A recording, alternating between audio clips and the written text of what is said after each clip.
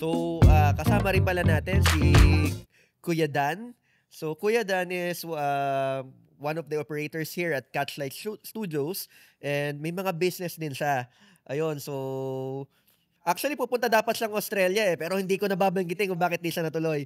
Tama ba yun, Kuya Dan? Ay, wag na bro, wag mo nang banggitin. Bakit Hindi naman? naman natin ibabalik yan. Ibang usapan na yun eh. Iba na usapan Ibang yun. usapan. Kasi parang may nagalit doon sa gilid nung sinabi ko may ibabalik eh. Ano, shoutout ba? Alright, so our topic for this podcast is sabi ko nga last podcast is about Passive income. passive income. Oo. Yes, Kung last episode namin is that na-tackle namin yung mga business namin, yung mga experiences namin from Manila na nag-start kami from Manila, tapos bumalik kami dito in Batangas and medyo nag-thrive naman. Masasabi ko naman nag-thrive kami here in Batangas. So right now, we're going to tackle yung mga bagay na napagdaanan namin wherein it helped us to thrive here in Batangas kasi hindi naman madali yung naging journey eh. Yes. Ang ano pa nga niyan, talagang napakaraming hirap ang dinaanan para lang maabot natin ang ganitong status natin ngayon. Yeah. Oo. So, actually, hindi naman isang lang yan. Hindi lang naman, sabi ko nga, from Rafters, hindi lang naman ako nag-start sa isang nag-business ako, nagbumagad. So, I'm going to share with you guys na ang dami kong pinagdaanan, step by step. So, failure after failure after failure before ako nag-hit ng tamang business na yon.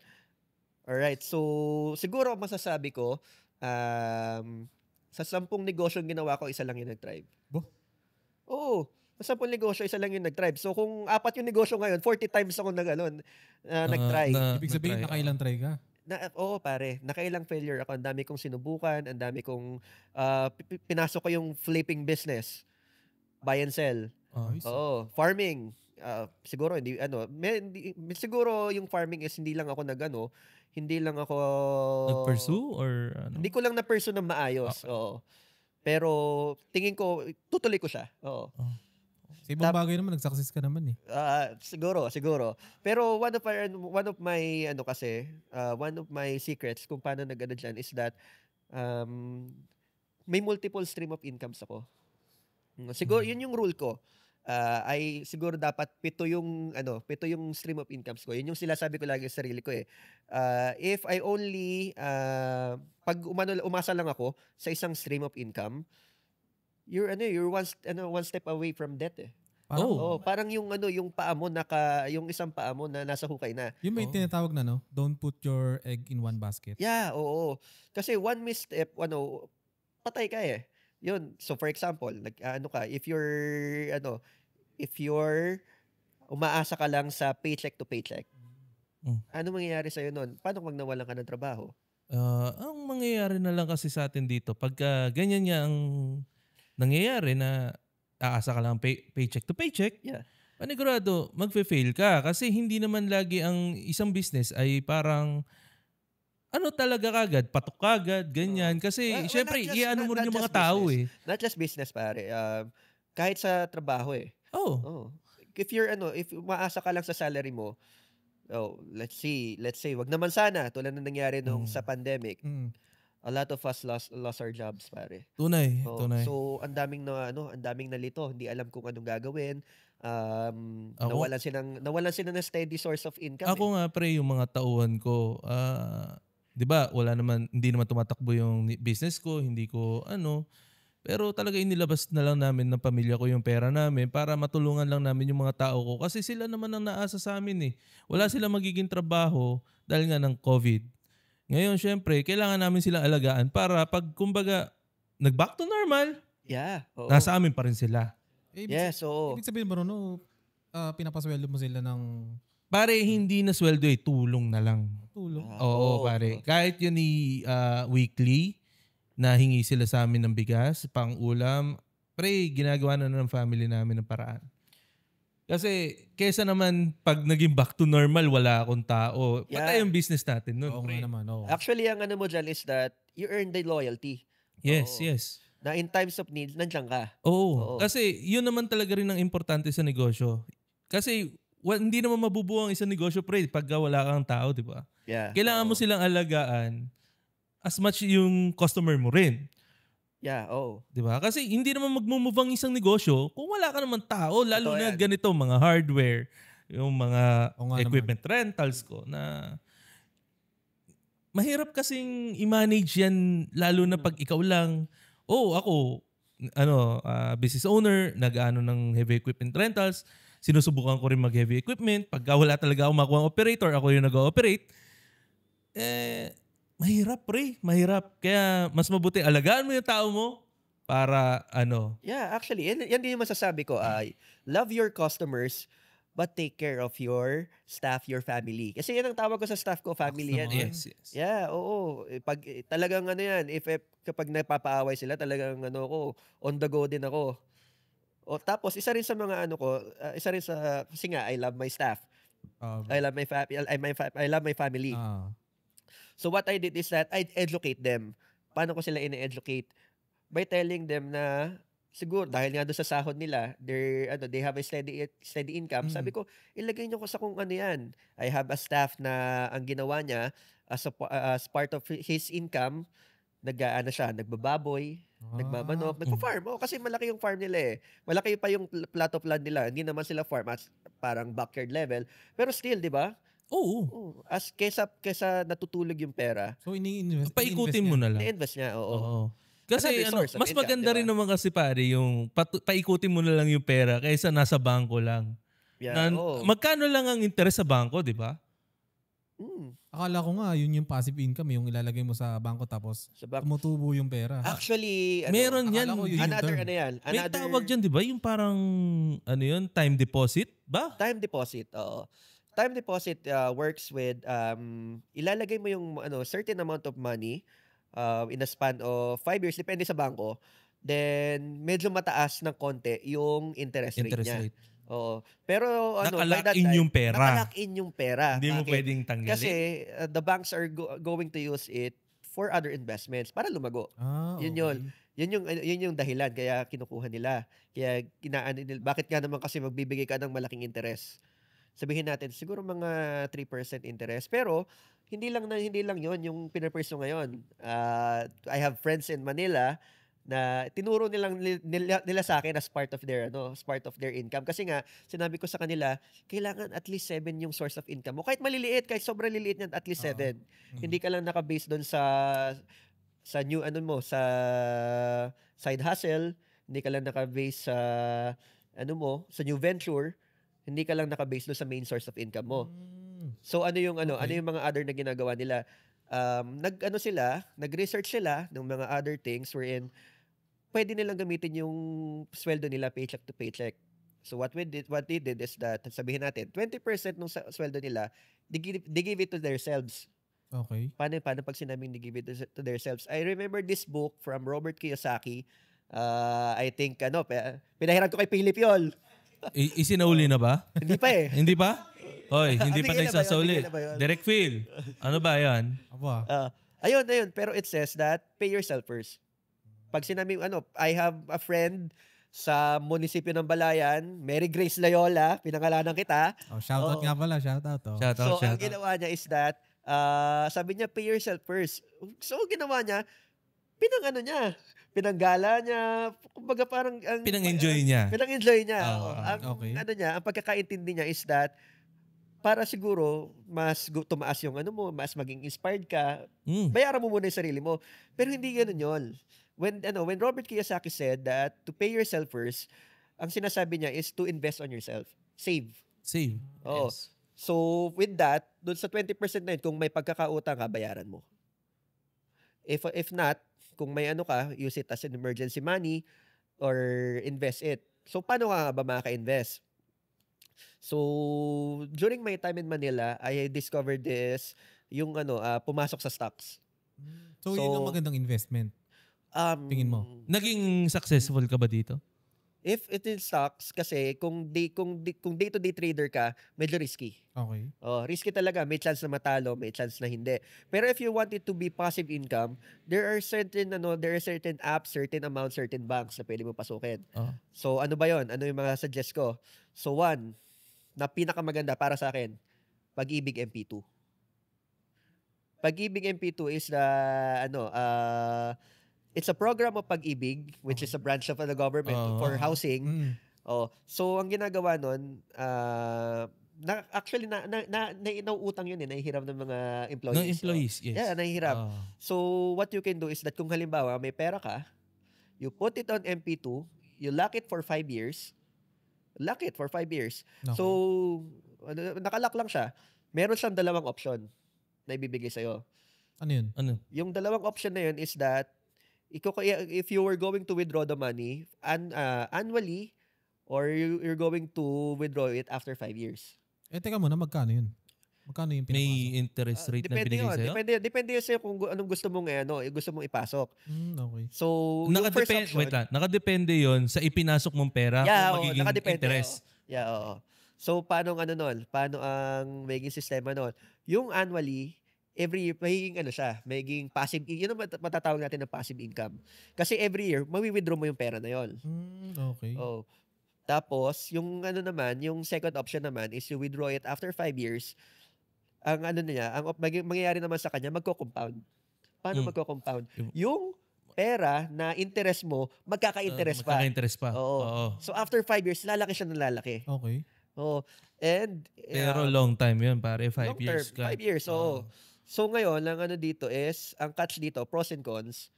Pros, for example, meron kang 200,000 that you're not going to use. Lagay mo sa MP2. MP2 has I think 6% interest rate. 6% and it's changing every year. Ang pinakamababa na nakita ko with MP2 is 5. And the highest is a whopping 8%, pare. Isipin mo yun. If you put 100,000 sa if you put 100,000 in sa MP2, may 8,000 ka kagad in the span of 8 years. Mas malaki in the span of 1 year. Mas malaki sa bangko. Mas malaki. Less magkano risk kasi pa. sa bangko, pare? Less risk kasi MP2 ko nga it's with the government. Siguro ang risk na lang diyan is kapag meron tayo ng crisis ulit like Asian financial crisis, housing crisis, something like that. Pero foolproof na yun eh.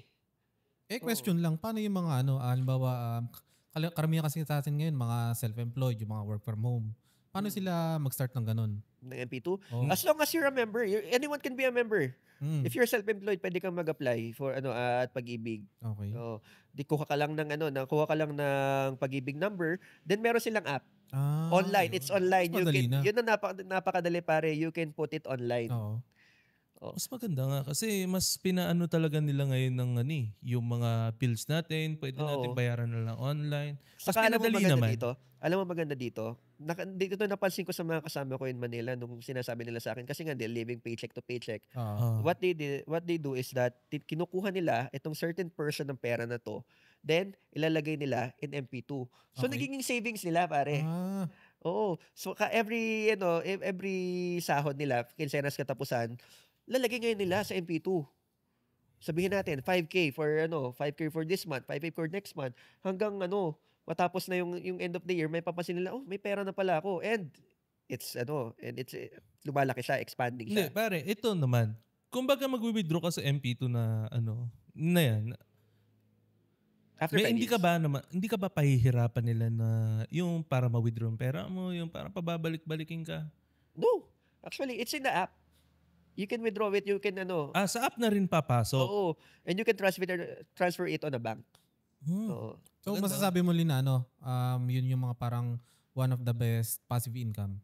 Yeah, oo. One of the best passive income talaga. Na-open sa lahat. Na-open sa lahat. If you're not going to use your money.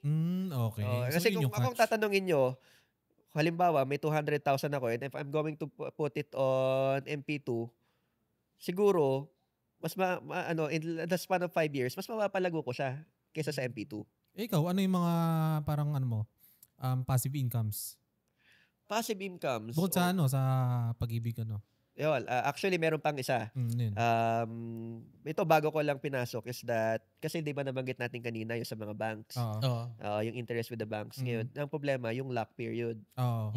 So what I discover is naman yung mga digibank like GoTime, Cbank, Maya.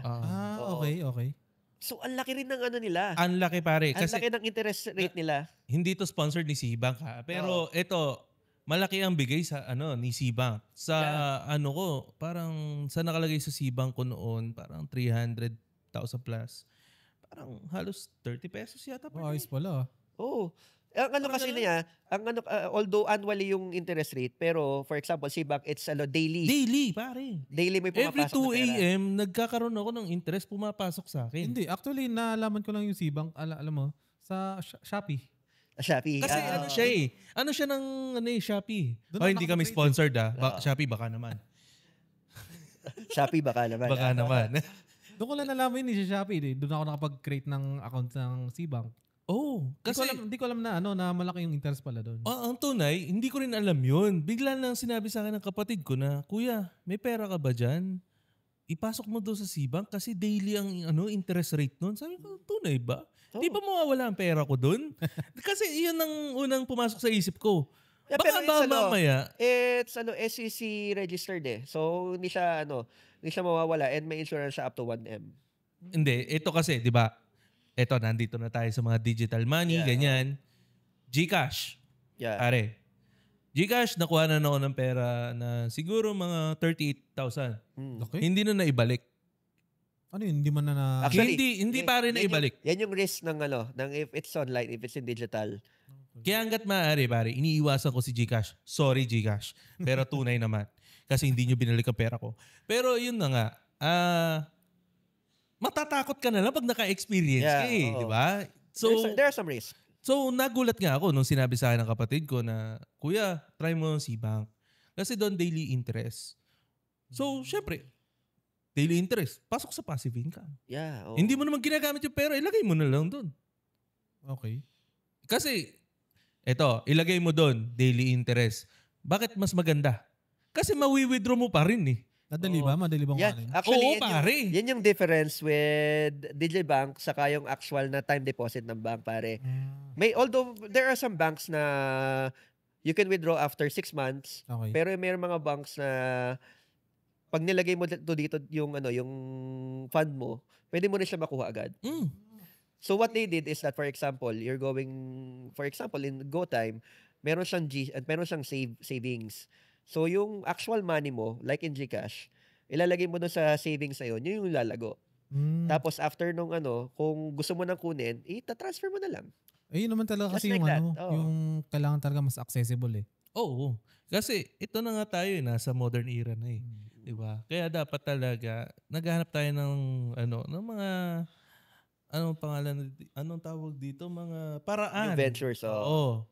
Paraan para yung pera natin na naitago natin, na hindi naman talaga natin gagamitin pa, i-invest na lang natin sa ganyan. Well, this is for doon sa mga, for example, mga kababayan natin na mga OFWs. Hindi nyo alam kung saan nyo dadalhin yung money nyo. Others nilalagay sa lupa, yung others nilalagay sa mga paiwi, yung mga Pero maganda rin naman kasi ibinibili din ng lupa. Oo. Maganda rin kasi dahil na marami kang pwedeng gawin sa lupa. Yeah. Ngayon ang lupa naman tumataas ang resale value. Value, di ba? Land banking eh. Oo. Eh di ngayon pag kunwari nakabili ka ng sabihin na natin 1,000 square meters. Patayuan mo ng 2-story apartment. Tapos singilin mo ang depende sa location to depende sa location. Sabihin na natin medyo malayo sa bayan ang ang location, singilin mo lang 3,000 per month. Sabihin na natin, tapos 10. Yeah. Kumbaga, mababa na yun. Teka muna, paano? Alam mo, katulad ko, paano ako makapag-start sa mga ganun? Paano ako makapag-invest sa mga ganun? Hindi kasi pare, ito nga, kailangan muna natin talaga mag-save. Save muna. Save muna talaga eh. Kasi talagang kailangan medyo maging mahigpit ka sa pera. Ito dadating yung time na makaka-afford ka rin ng mga ganyan, makaka-adika ka ng mga lupa. Okay. Pero that's why we're teaching this. For example, yung MP2, yung Digibank. Tapos meron pa tayong pinapasok na bago, yung REIT. REIT is a Real Estate Investment Trust. Para siyang stocks. Okay. Stock siya, pero on real estate na yung mga companies that handle real estates. So doon For naka-invest example, yung mga pera? Ayala, I think if mga Camila ganyan, di ba? Ang alam ko yung You can access this on GCash. So pwede sila mag-invest doon? Pwede ka mag-invest doon. G-Invest. tapos doon mo ilalagay. Pero you need hindi siya katulad ng Digibank, hindi rin siya katulad ng MP2 na wherein you're going to doon sa interest niya. Aasa ka ngayon sa performance Okay. ng to. Kasi Okay. parang nga siyang stocks. Oo. So you need a little bit of research for this. Pero pwede mo rin kasi nag-fail na ba yung mga yan? Kailan ba nag-fail yung mga yan? Ano yung pinaka starting amount kumbaga para makapag-invest Ito ka? ito yung ito yung ma-advise ko sa Ayun, inyo. yun. Okay. For example, you're earning 30K a month. If you can live within 25K a month, i-invest, i-save mo yung Yung save mo 5K. yung 5K. Ah. So how can you save yung 5K? For me, 2,000 ilagay mo sa MP2, Mhm. 2,000 ilagay mo sa Digibank, Okay. 1K ilagay mo sa REIT. Yeah, Nice, that's my formula. Pero Galing na. sa tingin mo, yung ginagawa mo ngayon, okay naman, di ba? Yeah, actually, may naman kasi yan, what I did is that although I have my business, Oh. I have my siguro source of income na hindi naasa sa mga digital, sa mga Okay, interest oo, rates. Pero nagsisave ako eh. I'm oo. saving for my mom, my dad, my sister. Naks naman. So ano yung mga kong yan? Doon sa dad ko, kay Nico. Oh. So si Nico, bahala kay daddy Shoutout ulit kay Nico. Coach Nick, shoutout Coach ulit. Nick kasi is my fund manager. So what he did is that he's going to invest it to various places for stocks, forex, for foreign exchange, gold versus dollar. Okay. Yun yung pinag-aanohan niya. So with my mom, ang ginagawa ko naman is that I handle it with digital banks, MP2s, REIT.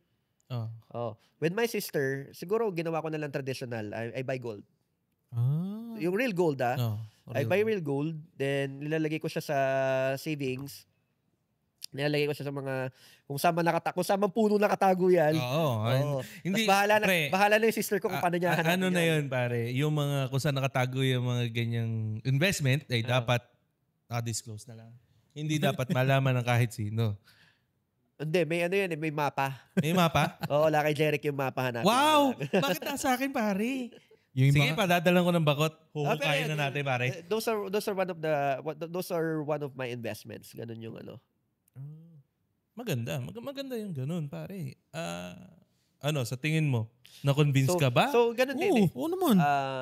Yun din yung maano ko with my with our viewers that sinasabi nila, naku, wala pa kasi kaming capital with that eh. Ganun Oo. talaga. I understand na kasi kami nag-start din kami sa ganyan. Pero ang ginawa lang namin is nag-ipon kami. Siguro talagang konting sinop. Sipag at If tiyaga. you can kasi sabi nga nila kahit gaano kalaki yung kahit gaano kalaki yung sweldo mo, nataas yan eh. Siguro napapansin nyo, guys, na for example, lumaki yung sweldo mo. Pero napapansin mo, bakit ganoon? Hindi pa rin ako nakakaipon. Hindi, walang nangyayari, parang hindi tumataas yung, parang, nai-stress pa rin ako doon sa mga gastos. Bakit? Kasi even though, lumaki yung sahod, nagka-increase yung sweldo mo, lumaki rin yung expenses mo eh. Okay. You still aim for nag-upgrade ka rin ng mga binibili. Yeah, ito pa, yung expenses na yan. Kasi syempre, kaya natin pinopromote na bumalik sila sa province. Diba? Kasi province rate. Yeah. Hindi Manila rate. Kasi syempre, pag nasa Manila ka, tumataas din ang expenses talaga dyan. Diba? Paano ka makakaipon? Kumbaga lang. Hindi ko naman sinasabi lahat ng taga Manila ay hindi nakakaipon. Pero karamihan sa kanila empleyado. Tsaka tsaka yun din yung isa sa problema eh. Yung katulad ko kung paano ko i-proportion yung nasibap ko eh. Kasi minsan hindi natin namamalayan. Nagagastos natin sa halimbawa sa ibang. Balik, expenses kailangan mo na ganyan. talaga maging maingat sa pera, pare. That's why I tell you na go pay yourself first. Okay. Pag nandiyan na yan, no choice ka na. You're going to live under that 25K. Halimbawa sa 30K mo, you're going to live under that 25K. So kapit sa ka na doon. So pagkakasyahin mo na yung bills, pagkakasyahin mo na yung groceries, pagkakasyahin mo na yung allowances, di ba? Ngayon, you're going to live under your means. For the sake na meron kang ipon. Tapos itong money mo na to, ito yan kasi yung iba, they're just saving. Some others are just saving. I remember I read a book It's The Richest Man in Babylon. Oo. Dito rin kinuha ni Robert Kiyosaki yung Pay Yourself First. Pero dito kasi mas mababa. Okay. Oo.